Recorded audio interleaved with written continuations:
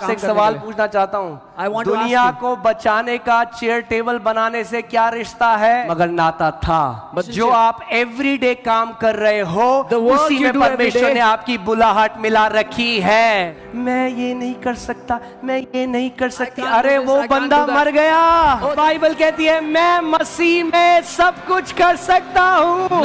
अब आपको अगर किसी को लूटना है, आपको नहीं, अगर किसी को लूटना है, आप अच्छे लोग, आप नहीं लूट, अगर किसी को लूटना है तो जो रास्ते में खड़ा है उसको लूटेगा, या जो एक शेल्टर के अंदर है उसको लूटेगा, या जो एक किले के अंदर है उसको लूटेगा। कोई भी आशीष जो मेरा यीशु मुझे ना दे, मुझे नहीं चाहिए।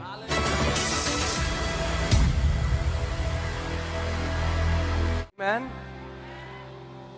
today is going to be amazing. आज अद्भुत होने वाला है। Do you believe that? Amen. This year is going to be the best year so far in the name of Jesus. ये साल अब तक का सर्वोत्तम साल होने वाला है यीशु के नाम में। Amen. Some people say, how can these people say these things? कुछ लोग कह रहे हैं ये लोग ऐसी बातें कैसे कह सकते हैं? Well, we can say these things because we know who our God is. हम ये बातें इसीलिए कह सकते हैं क्योंकि हम जानते हैं हमारा परमेश्वर कौन है। We can say these things because we know the authority that our God has put in our mouth. हम ये बातें इसीलिए कह सकते हैं क्योंकि हम उस अधिकार को जानते हैं जो हमारे परमेश्वर ने हमारे मुंह में डाल दिया है। Amen. आमीन। His word says, you shall declare or decree a thing and it shall be established for you. उसका वचन कहता है जिस बात की तू घोषणा करेगा वो तेरे लिए स्थापित हो जाएगी। So जैसा हमारे परमेश्वर ने कहा है, as our God has decreed, उसी बात की हम घोषणा कर रहे हैं। that is what we are declaring. Come on, घोषणा करो, बोलो ये साल मेरे जीवन का अब तक का बेस्ट साल होगा प्रभु यीशु मसीह के नाम में। Say this will be the best year of my life so far in the name of Jesus. Amen, amen. Come on, give some praise to Jesus. की स्तुति करें।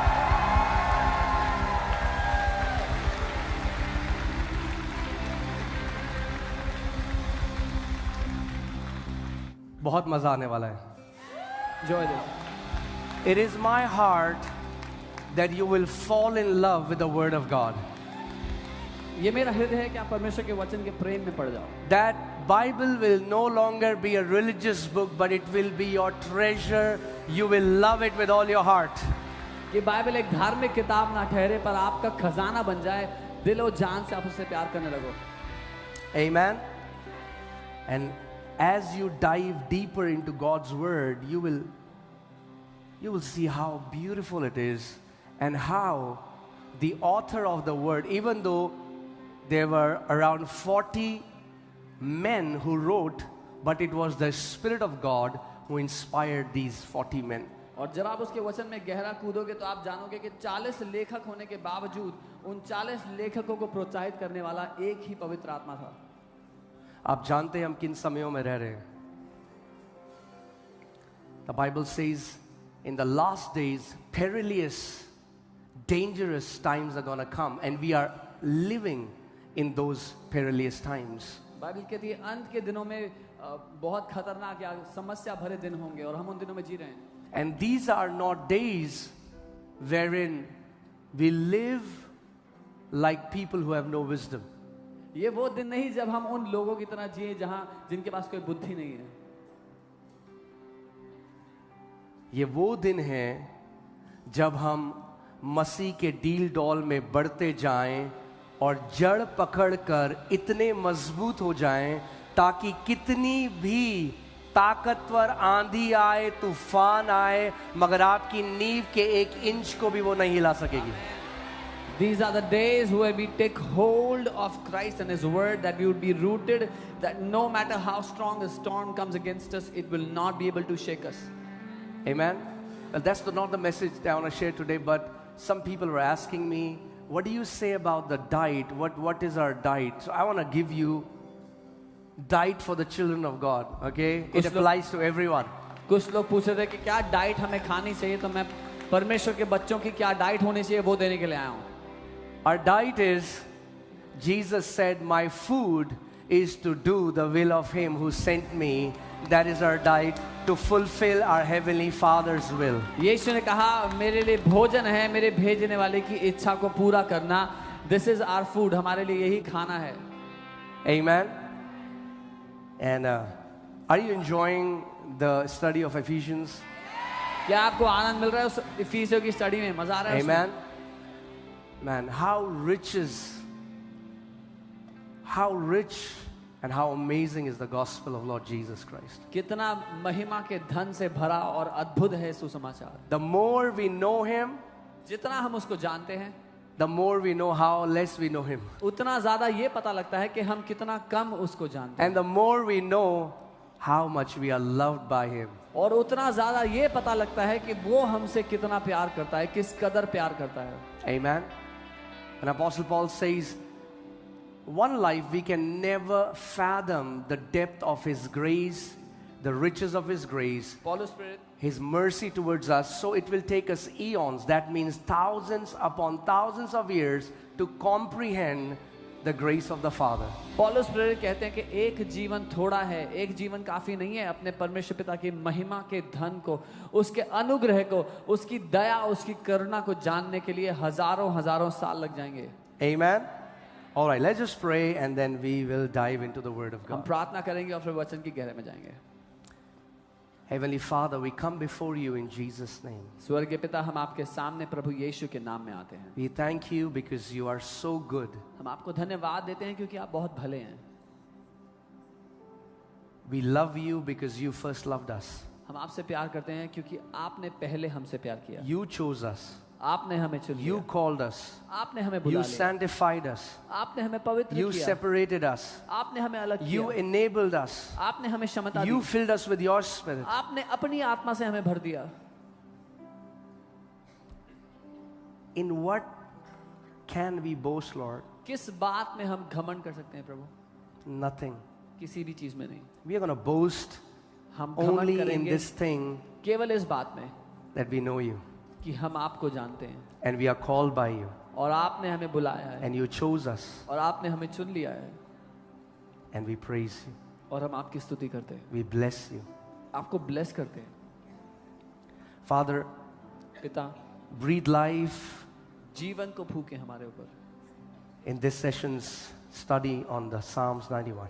इस सेशन में भजन 91 की. Holy Spirit, you are our teacher, you are our guide. पवित्र आत्मा हमारे शिक्षक और हमारे मार्गदर्शक. Teach us, हमें सिखाएं, lead us, हमारी अगुवाई करें. reveal the Son of God to us. परमेश्वर का पुत्र हम पर प्रकट करें.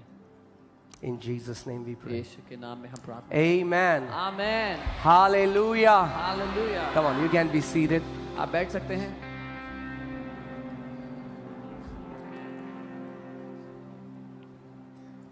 Hallelujah.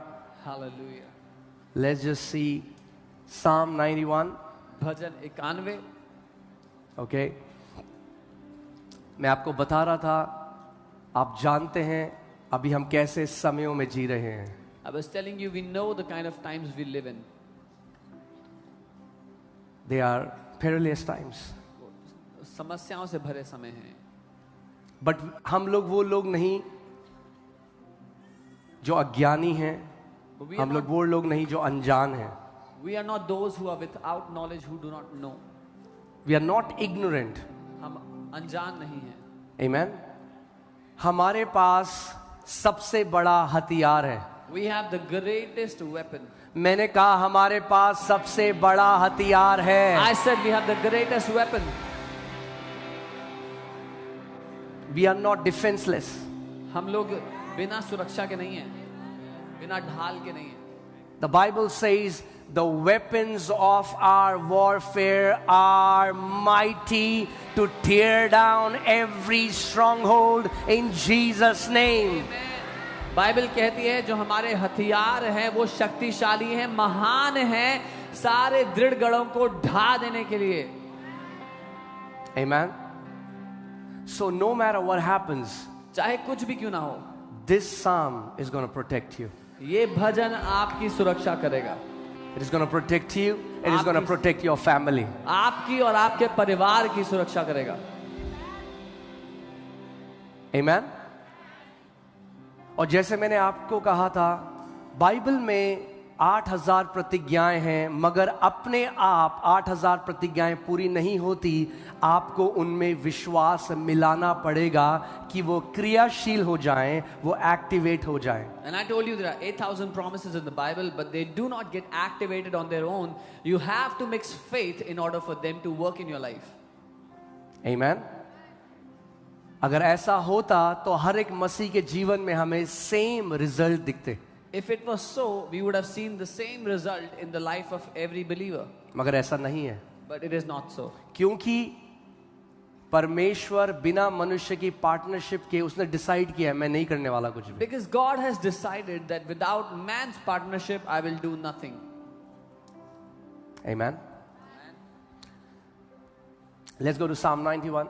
भजन 91 में चलते हैं. Now, Jewish जो स्कॉलर्स थे और Jewish ट्रेडिशन में ये माना जाता है कि ये भजन मूसा ने लिखा, मोसेस ने लिखा. The Jewish scholars, they believe that Moses wrote this psalm.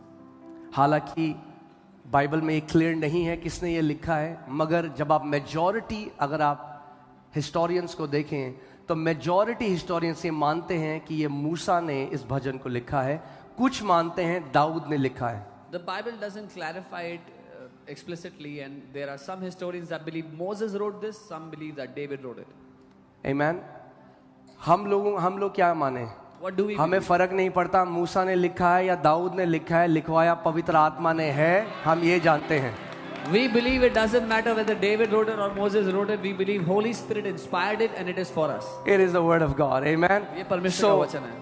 Moses or David, they were just an instrument. मूसा या दाऊद वो एक माध्यम थे. But it was the Spirit of the living God. लेकिन वो जीवित परमेश्वर का आत्मा था उसके. Amen. Amen. And today I pray और आज this मैं psalm is going to come alive in your life. Amen.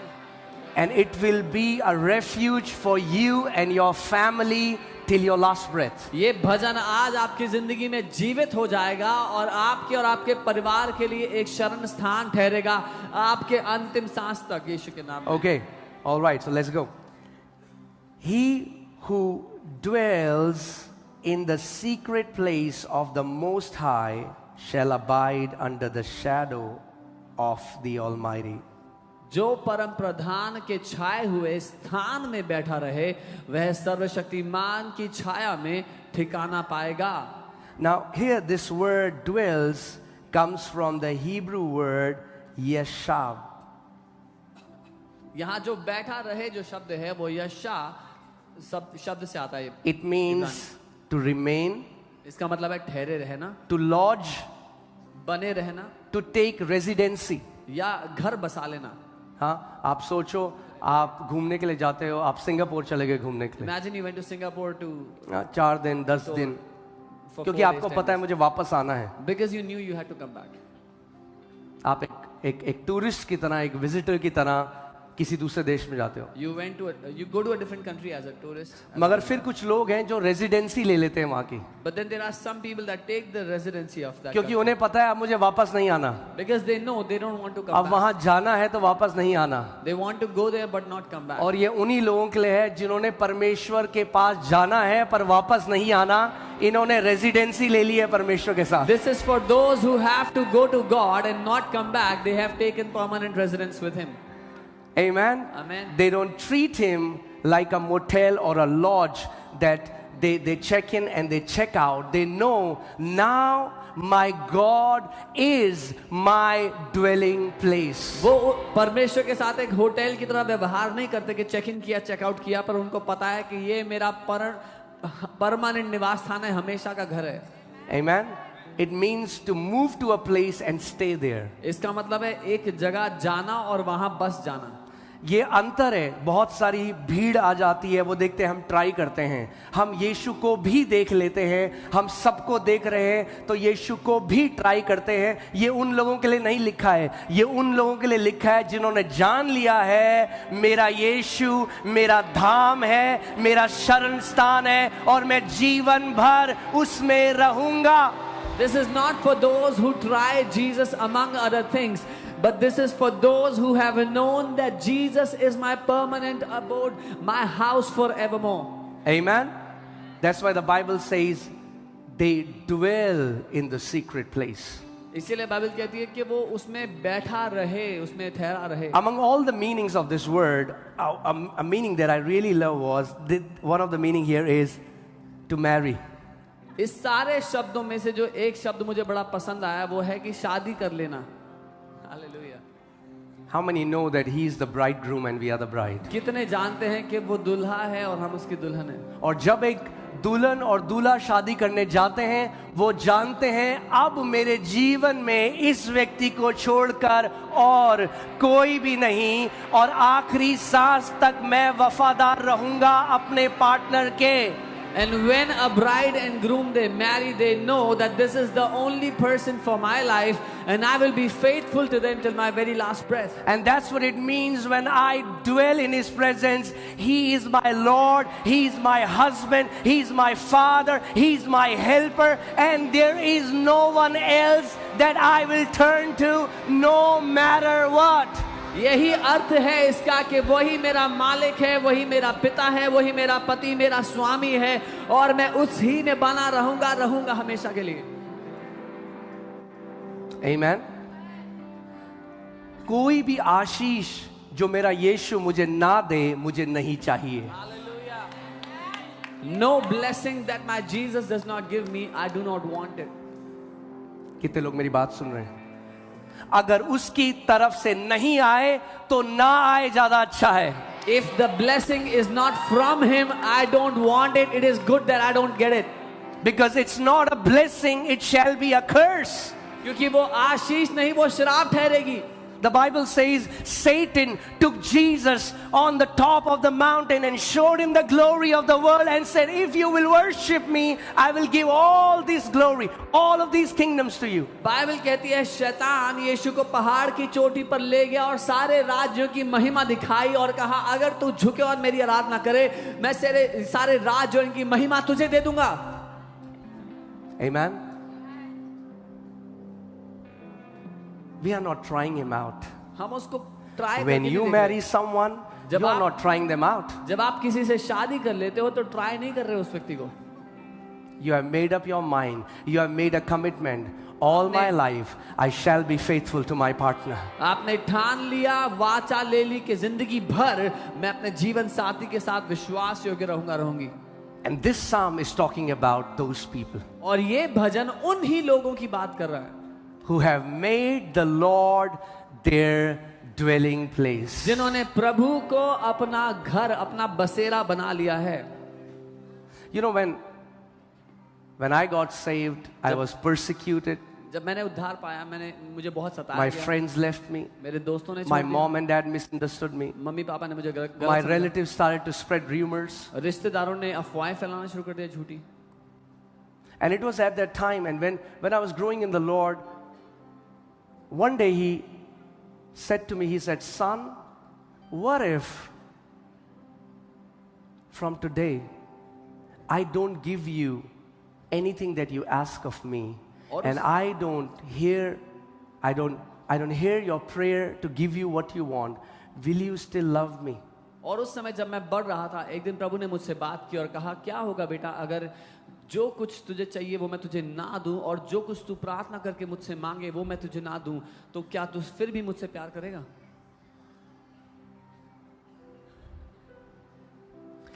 We have not just gathered for what we can get from Jesus. We have gathered for Him. For Him.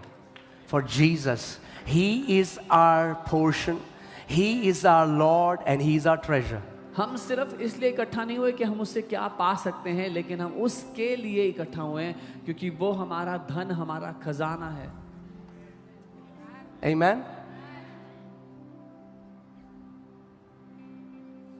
अगर ना भी दे वो जो आप मांग रहे हो, If he does not give what you ask तो of him, भी वो मेरा शरण स्थान और even घर then है. he shall be my तो abode, भी my वो मेरा house. प्रभु है, तो He shall भी be वो my मेरा Lord, स्वामी है. my master. Amen. Hallelujah.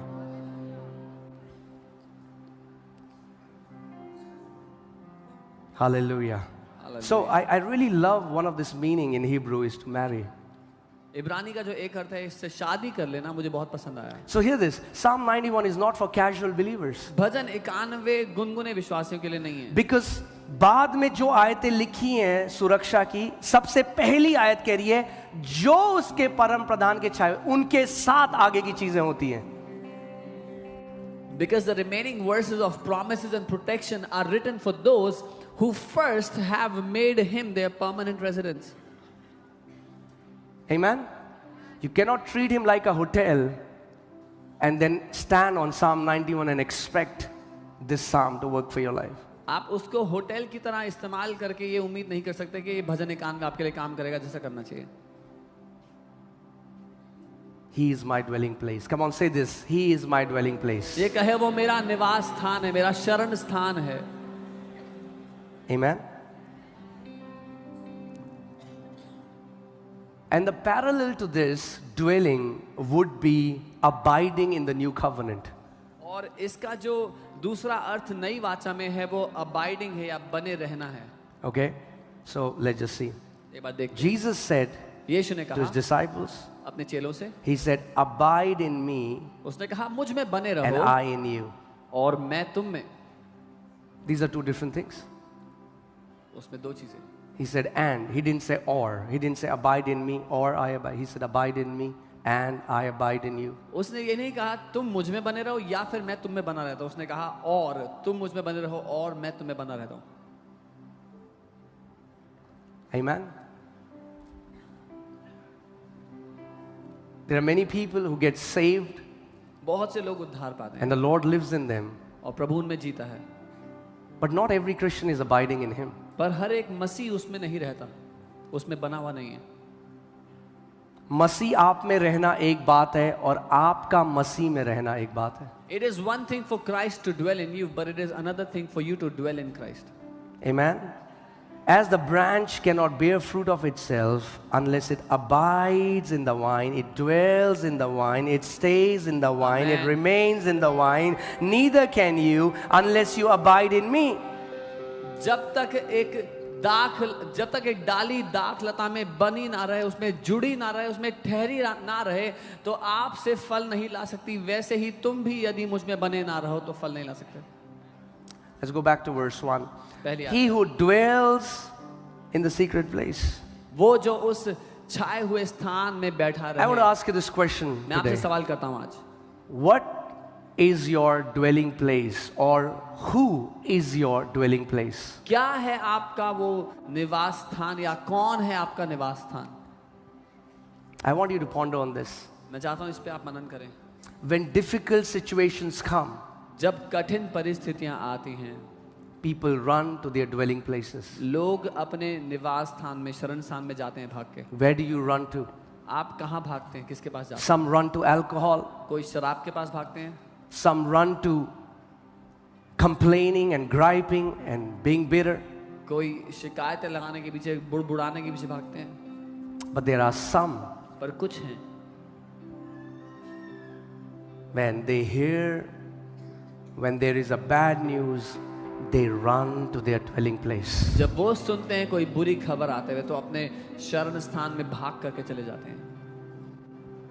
Amen. Many times you would have read this verse like, आपने I बहुत- want you to, let's go verse by verse and ponder and think, Lord, who is my dwelling place or what is my dwelling place? Not necessarily your dwelling place is a who, it can be a what. It और- can be a Netflix. हो It सकता है can आपने- be, what is that soothes you when you feel pain? What soothes you? Because when you go to your dwelling place, you find rest. ऐसी क्या चीज है, ऐसा कौन व्यक्ति है या क्या चीज है जिसके पास आप भाग करके जाते हो जब आप परेशानी में, दर्द में होते हो? किस चीज से आपको सांत्वना मिलती है या चैन मिलता है जब आप उसके पास जाते हो? किसी के लिए नेटफ्लिक्स हो सकता है, कुछ और हो सकता है. I want you to think today, मैं चाहता हूँ आप आज सोचो, what is my dwelling place? मेरा वो निवास Where स्थान do क्या I है? dwell most of my time? मैं ज्यादा समय कहाँ बिताता हूँ? Okay? Let's look at this word, secret place. ये छाया हुआ स्थान इसको देखते This secret place comes from the Hebrew word seter, which means an inner chamber. हैं। ये जो छाया हुआ स्थान, जो गुप्त जगह जो शब्द है, ये सेतोर यानी कि एक भीतरी चैम्बर उससे आता है। You know, a place of secrecy. एक गोपनीयता का स्थान।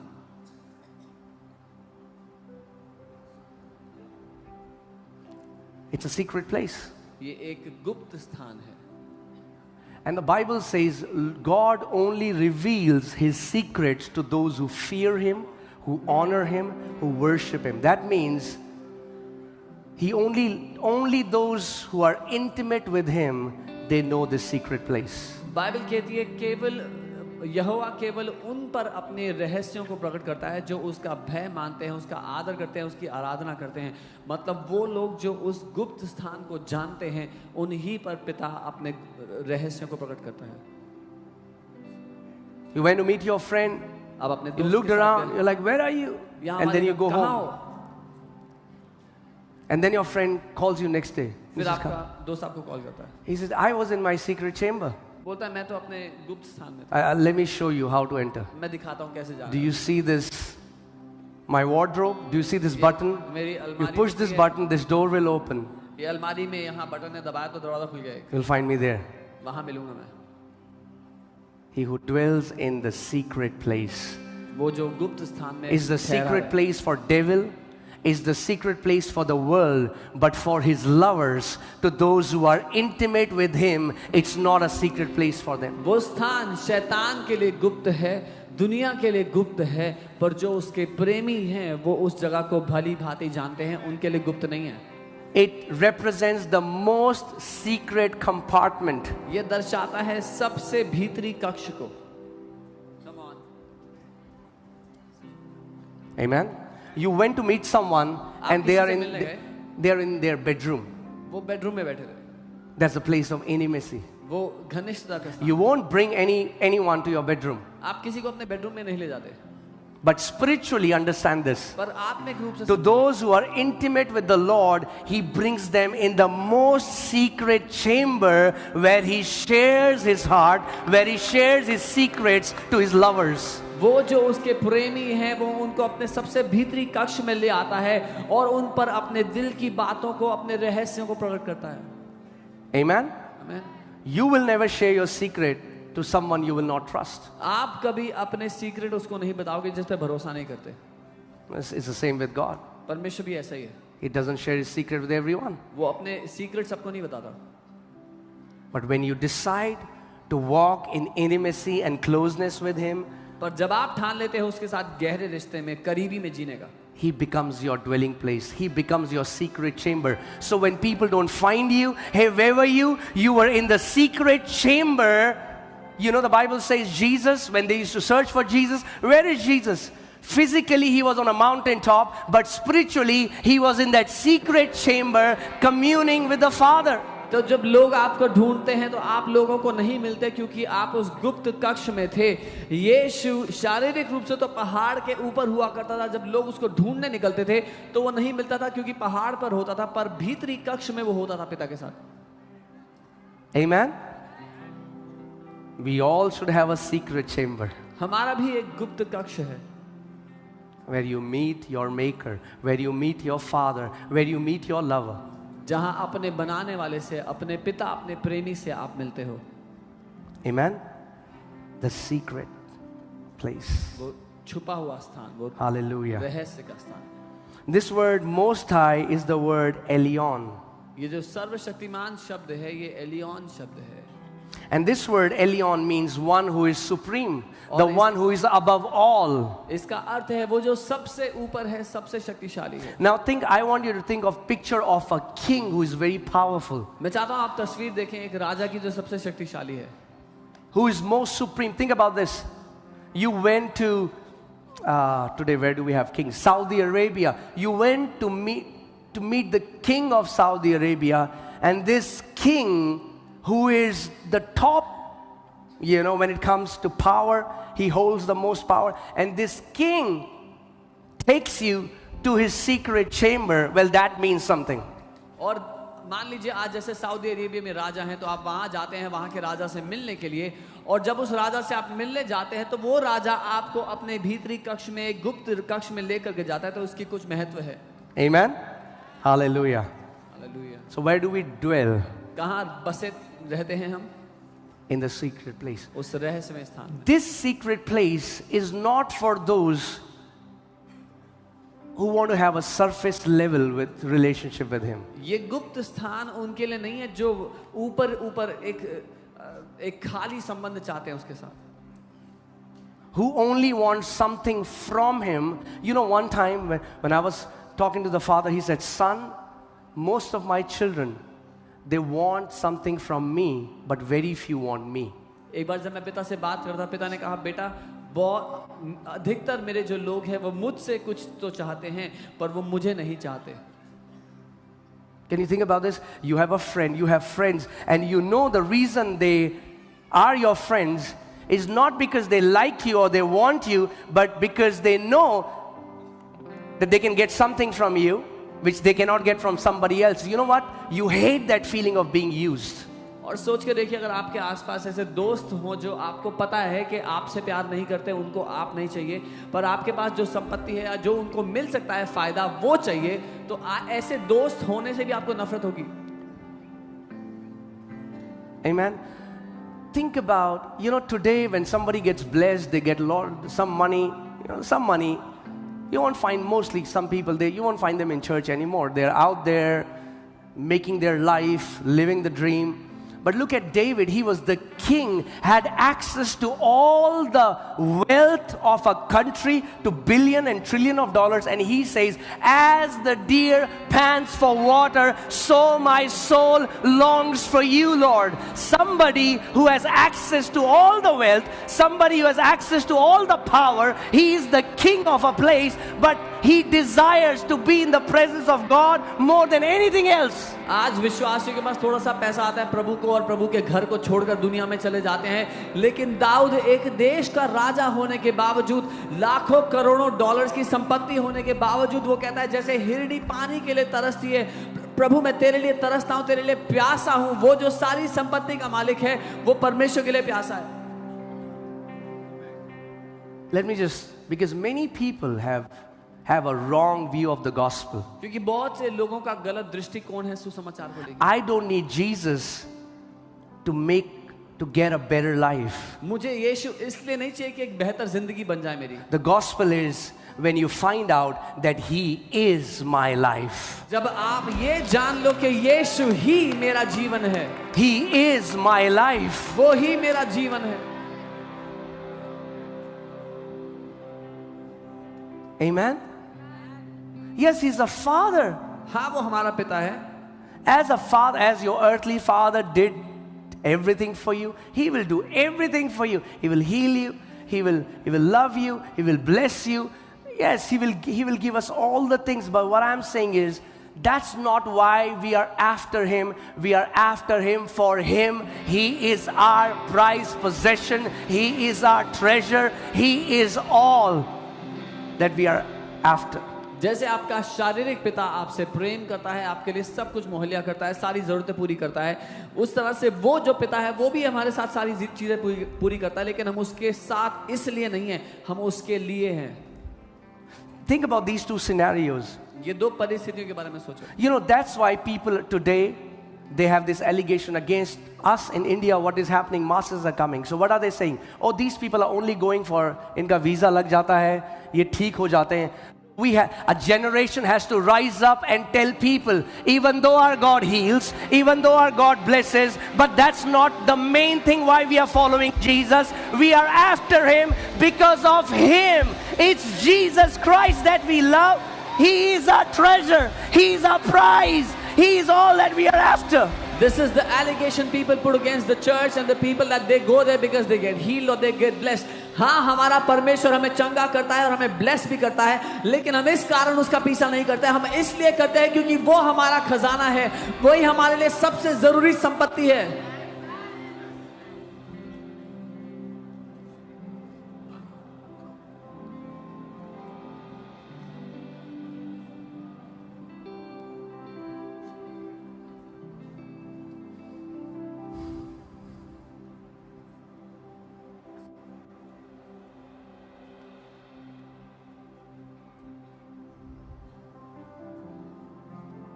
crowds came after Jesus.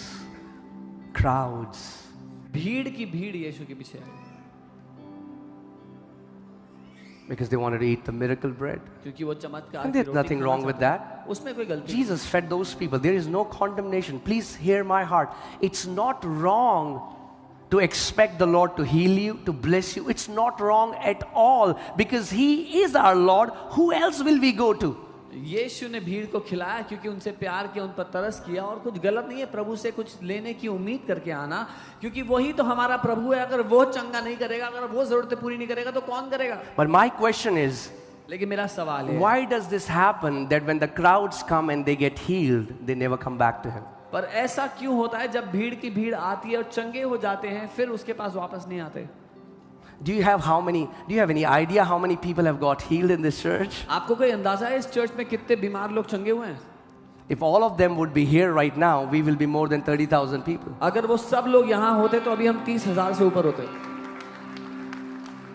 Jesus healed 10 lepers and only one came back to give Him thanks. यीशु ने 10 कोढ़ियों को चंगा किया और सिर्फ एक वापस आया थैंक यू बोलने के लिए। So before I continue, I want to ask you to think today, why am I here? Why am I in this church? Why am I following Jesus? What's my main desire? तो आज मैं आगे बढ़ने से पहले आप लोगों से ये कहना चाहता हूँ, एक बार सोचो और बोलो, क्यों मैं यहाँ पर हूँ, क्यों मैं यीशु के पीछे चल रहा हूँ, क्या है मेरा मेन मकसद? If you look at the cross, अगर आप क्रूस की ओर देखो, Him hanging there naked वो जो क्रूस पर नंगा लटका दिया गया for you and for me. आपके और मेरे लिए। The Bible says His appearance was so marred because of beating that He didn't even look like a human being.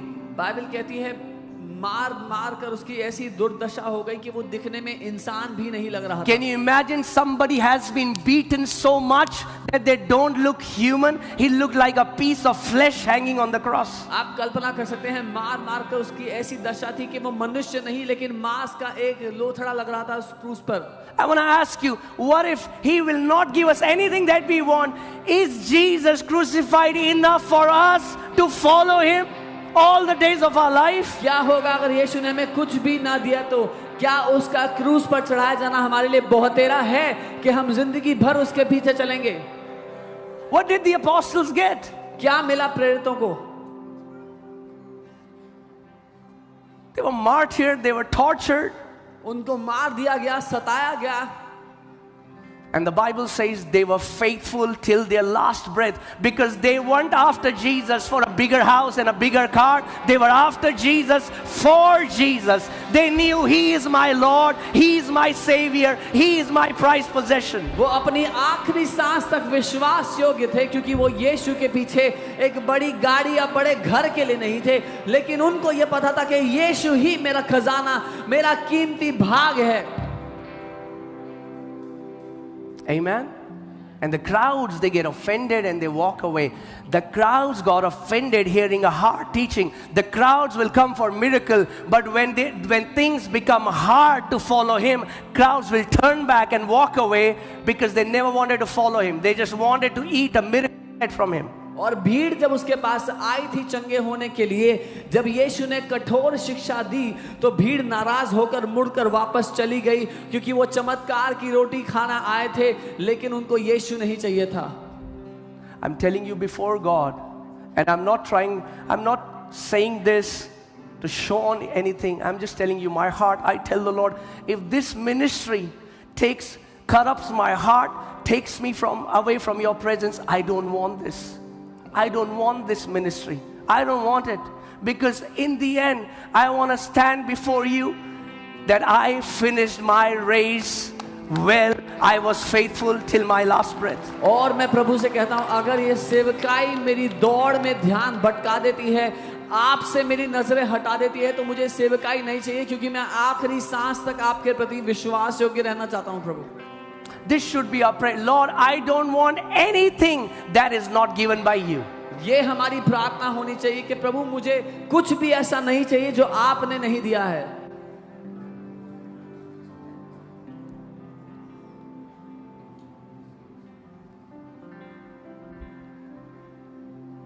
When my mom was not saved and I had a nerve condition, and she said, if you go to this witch doctor, you do this, you chant this so many times, you'll be healed.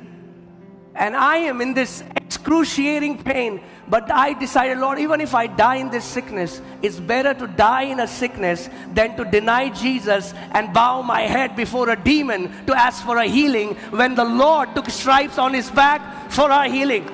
जब मेरी mummy ने उद्धार नहीं पाया था, मुझे एक नसों का रोग था उस समय, और मैं दर्द में कर रहा था, सताया हुआ था। मेरी मम्मी ने बताया कि अगर उस विच डॉक्टर के पास जाओगे, वो जो एक उच्चारण करने को बोलेगा वो करोगे तो तुम ठीक हो जाओगे।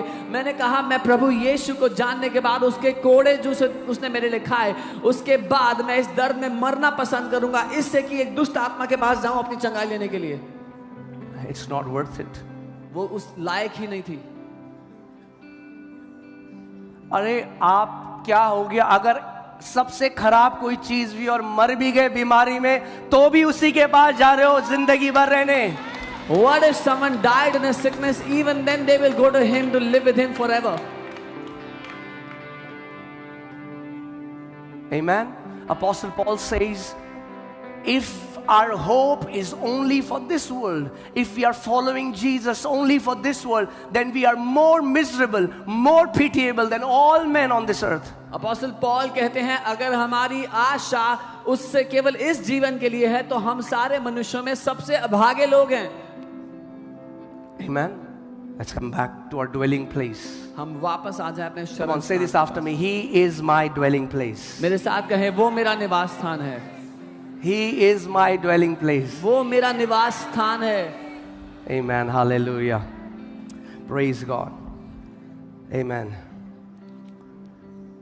So, one verse is not over yet. Okay? This is just one half. Are you ready to be here all night prayer? आज सारी रात की प्रार्थना के लिए तैयार हो? अभी एक वचन आधा ही हुआ है। He who dwells in the secret place shall abide under the shadow of the Almighty. वो सर्वशक्तिमान की छाया में ठिकाना पाएगा या उसमें बना रहेगा। Where is Eliana? Okay. That's okay. Monu, can you come? Think about this. Shall abide under the shadow of the Almighty. इसके बारे में सोचे, वो सर्वशक्तिमान की छाया में ठिकाना पाएगा। Okay. If you wanna stay under someone's shadow, you have to be very close to them so that you stay under their shadow.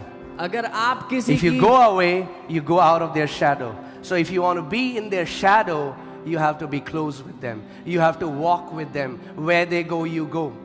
अगर आप किसी की छाया में बने रहना चाहते हो, तो आपको उनके साथ बड़े ही करीबी रूप से चलना पड़ेगा, नहीं तो आप दूर हुए और उनकी छाया से बाहर हुए।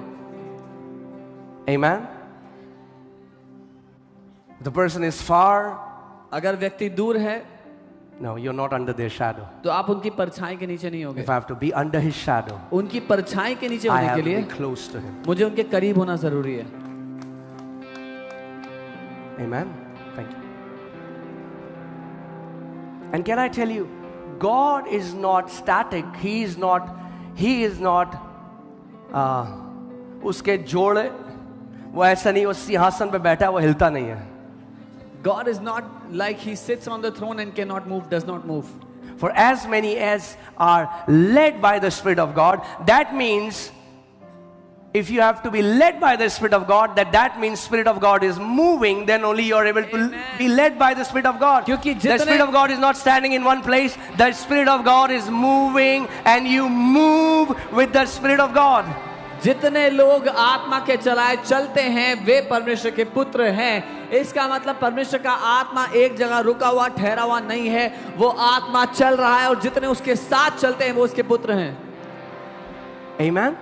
That's why it's a living relationship with him. इसीलिए एक जिंदा रिश्ता है उसके साथ। It's not like we have a code, 10 code of conduct written, and if you You say the same thing today, you say the same thing 40 years. No, every day He's going to talk something fresh. He's going to reveal something fresh. Because as He was leading Israelites out of Egypt into the promised land, so He is leading you towards your destiny so that you will fulfill your race. और ऐसा नहीं कि 10 बातें हैं, आज भी यही बोल रहे हैं, 40 साल बाद भी यही बोल रहे हैं, लेकिन वो परमेश्वर का आत्मा एक ताजी रोटी आपको देता चला जाएगा।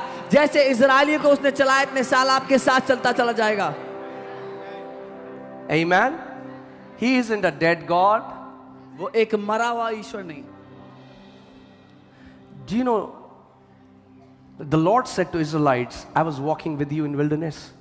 परमेश्वर ने इजरायलियों से कहा, मैं तुम्हारे साथ मरुस्थल में चल रहा था। He's not a God who says, hey Israelites, I've delivered you, now I'll see you in the promised land. वो ऐसा परमेश्वर नहीं जो कहता है, इजरायलियों मैंने तुम्हें छुड़ा दिया है, अब मिलते हैं उस वायदे के देश में। Figure out the way. कैसे पहुंचना है खुद पता लगाओ। Use Google Maps. Google maps use कर लेना। Can I tell you, Google Maps and ChatGPT, no matter how awesome they are, they cannot show you your destination and they cannot take you towards your journey. Google maps और chat GPT कितने भी अच्छे क्यों ना हो, आपकी मंजिल आपको ना तो दिखा सकते हैं ना ले जा सकते हैं उस तक। It is in the secret place when you abide under His shadow, and your goal is not to go somewhere, reach somewhere. Your goal is to stay in His shadow, because where He goes, you go, and side by side, step by step, He's taking you towards your promised land. He's taking you towards your call. क्योंकि उस गुप्त स्थान में जहां आप उसकी परछाई के नीचे बने हुए हो, आपकी मंजिल, आपका उद्देश्य कहीं जाना नहीं है, उसकी परछाई में बने रहना है। तो जहां वो जाता है, आप एक एक कदम करके उसके साथ जाते हैं, उसके साथ बने रहते हैं।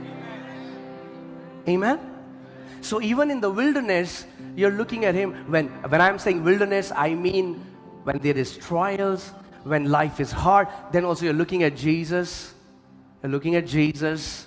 You're under His shadow. And when He brings you to the promised land, where now you're not sick, you don't lack, but then also our eyes are not in the promised land. Our eyes are still on Him, because He's our reward. और जब वो मरुस्थल, वो कठिन परिस्थितियां भी होती हैं, तब भी आपकी नजरें यीशु पर ही हैं, क्योंकि आप वायदे के देश जाने का प्रयास नहीं कर रहे हो, आप उसकी छाया में बने रहने का प्रयास कर रहे हो। वो हमारा शरण स्थान है। Amen. Are you getting it, church?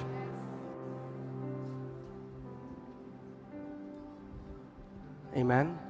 When you had nothing, जब कुछ नहीं था, He was your shepherd.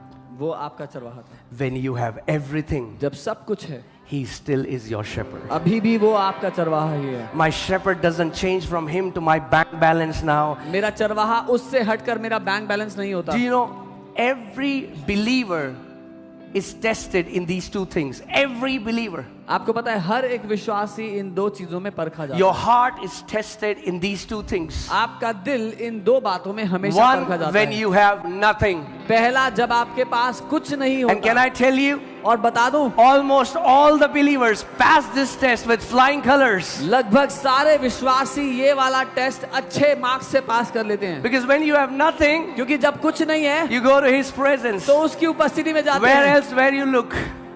You look at Him और कहाँ देखोगे, उसी को देखते हैं and you pass. और पास कर लेते हैं। Go to Him.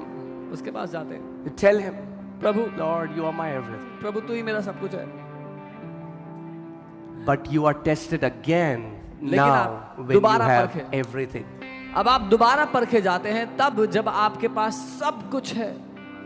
Now when you have everything, now many people's, their affection, their desire, when the zeros in their account increase, the affection slowly starts move towards the direction of their bank account. More the zero, more their inclination towards the account. अब जब लोगों के पास सब कुछ आने लगता है, तब उनका जो स्नेह, उनका जो प्रेम है, वो प्रभु से हटकर उनके बैंक अकाउंट में कितने जीरो जुड़ रहे हैं उस पर जाने लगता है।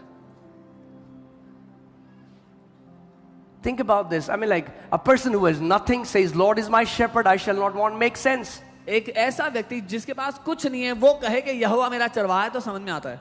Now, a person who's a king, एक व्यक्ति जो राजा है, has trillions of dollars at his disposal, खरबों डॉलर उसके पास पड़े हैं, And he says, और वो कहता है, because the Lord is my shepherd, I shall not lack. क्योंकि यहोवा मेरा चरवाहा है, मुझे कोई घटी नहीं होगी.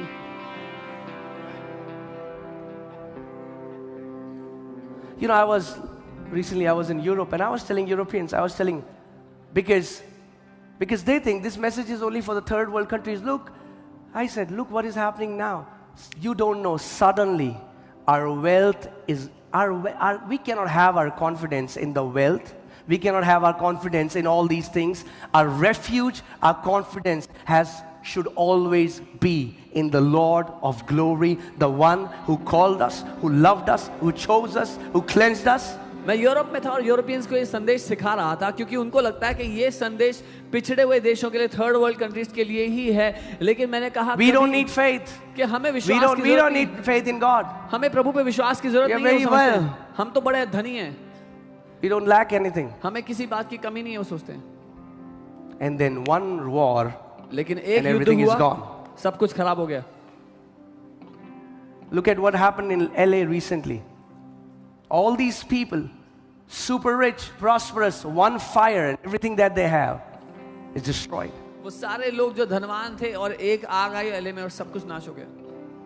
That's why Bible tells, Paul tells Timothy, who is the pastor of this church, and he tells, tell the rich people in your church, don't trust in uncertain riches. इसीलिए पौलुस जो टिमोथी से कहता है, जो एक चर्च का pastor है टिमोथी, उसको कहता है कि जो तेरे चर्च में धनवान लोग हैं उनको कह दे, अस्थाई धन पर भरोसा मत रखना. Amen. Thank you for this thundering silence. घंघोर सन्नाटे के लिए धन्यवाद. Amen. Hallelujah.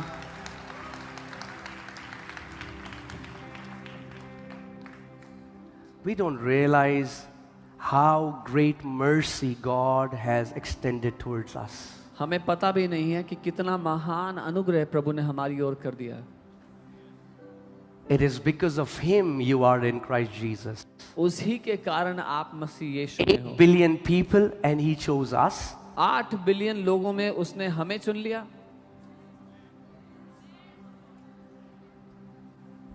How glorious is his grace. कितनी महिमा से भरा हुआ अनुग्रह है उसका. Amen. So we stay intimate. हम घनिष्ठ गहरे संबंध में रहते हैं. So we abide under his shadow. ताकि हम उसकी परछाई के नीचे बने रहें.